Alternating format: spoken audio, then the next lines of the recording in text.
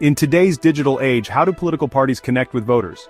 The Democratic Party has taken a bold new step by collaborating with online influencers to engage a younger, tech-savvy electorate. But this shift is more than just a trend. It's the result of years of evolving digital strategies, significant wins, and lessons learned from the past. Hey everyone, welcome back to the channel. Today, we're diving deep into the Democratic Party's new digital strategy, a move that involves leveraging the power of social media influencers to engage voters. But how did we get here? And what does it mean for the future of political campaigns? Stick around as we break down the strategy, the critics, and the potential consequences. Let's rewind a bit. The story of the Democratic Party's digital strategy didn't start yesterday. It began in 2016 when social media really started to shape the way candidates campaigned. On one hand, you had Bernie Sanders using Reddit, Twitter, and even YouTube to connect with a younger, more grassroots audience. His campaign was a digital success, with millions of people donating small amounts online. Sanders became a symbol of how social media could fuel a political revolution. Sanders' success showed the potential of online engagement. His Reddit AMAs or Ask Me Anything sessions and viral YouTube moments brought new energy to political campaigning. But despite his success, it was clear the Democratic National Committee needed to re-evaluate how it used digital tools. On the other hand, you had Donald Trump, whose Twitter account became the centerpiece of his campaign. His tweets directly engaged millions of voters, from policy discussions to his daily rants. Love him or hate him, Trump's use of social media was revolutionary. It was raw, unfiltered, and most importantly, it spoke directly to the people in a way traditional media couldn't. The 2016 election proved social media could bypass traditional news outlets, giving candidates direct access to the electorate. But for the Democratic Party, this realization didn't fully hit until after the election. The DNC knew it had to do more to engage voters, especially the younger demographic who were flocking to digital spaces. Fast forward to 2020. The digital landscape was more important than ever, with social media platforms like Instagram, TikTok, and Twitter seeing an explosion in user engagement.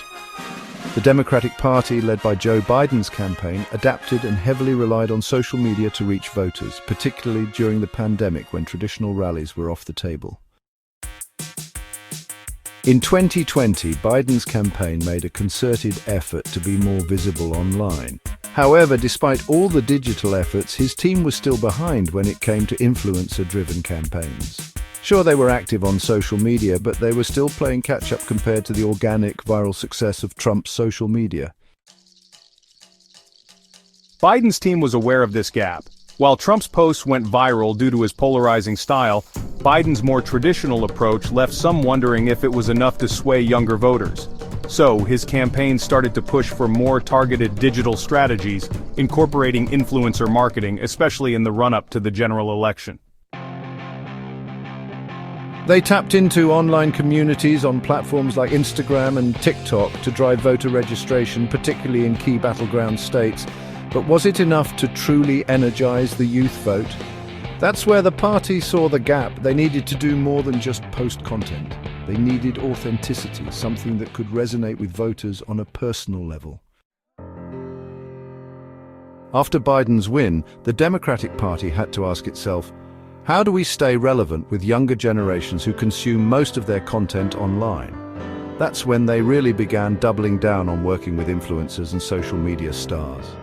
Creators on platforms like TikTok, Instagram, and YouTube were now seen as key partners in political outreach. In 2024, the DNC launched its most ambitious effort yet, bringing in influencers for key events and direct collaboration on campaigns. They partnered with popular TikTokers and Instagram influencers to promote voting and the importance of civic engagement. This was a bold move. Instead of just paying for ads or posting content through traditional campaign channels, they worked directly with influencers who already had the trust and attention of millions of followers. But, while some applauded the DNC's efforts to reach a digital-first generation, others were skeptical. As of 2025, the Democratic Party's digital strategy has evolved even further. Now it's all about influencer partnerships, but it's also focused on fostering real, organic engagement. The goal?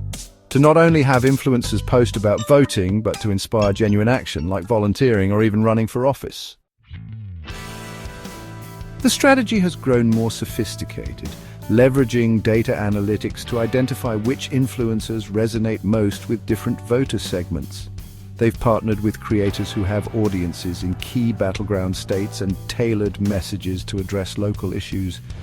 The idea is to have influencers build a sense of community and connection with their followers rather than just pushing a political message.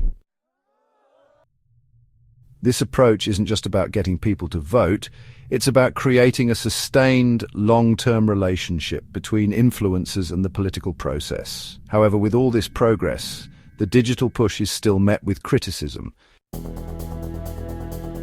Critics argue that the approach feels inauthentic, especially when influencers are seen as mere vehicles for political messaging. Some claim it cheapens the political process, reducing it to a popularity contest rather than an informed choice. It's an ongoing tension. Can you truly influence people's political views through a platform that thrives on trends and viral content? So, what's at stake? If this digital strategy succeeds, the Democratic Party could significantly increase voter turnout, especially among younger people who have traditionally had lower voting rates. With the 2028 election around the corner, the party knows that engaging these voters will be crucial to securing future victories. But there are risks. The more the DNC works with influencers, the more questions arise. Is this an authentic movement for change, or is it just another brand trying to sell a product? And what happens when these influencers move on to the next big thing? Will the political message stick, or will it fade out of memory? And then, there's the question of effectiveness. We've seen campaigns come and go, from the 2016 Sanders campaign to Trump's 2020 digital outreach. But will the influencer strategy be sustainable, or will it fade out once people become desensitized to it? So what do you think? Will the Democratic Party's new digital strategy help them win over younger voters?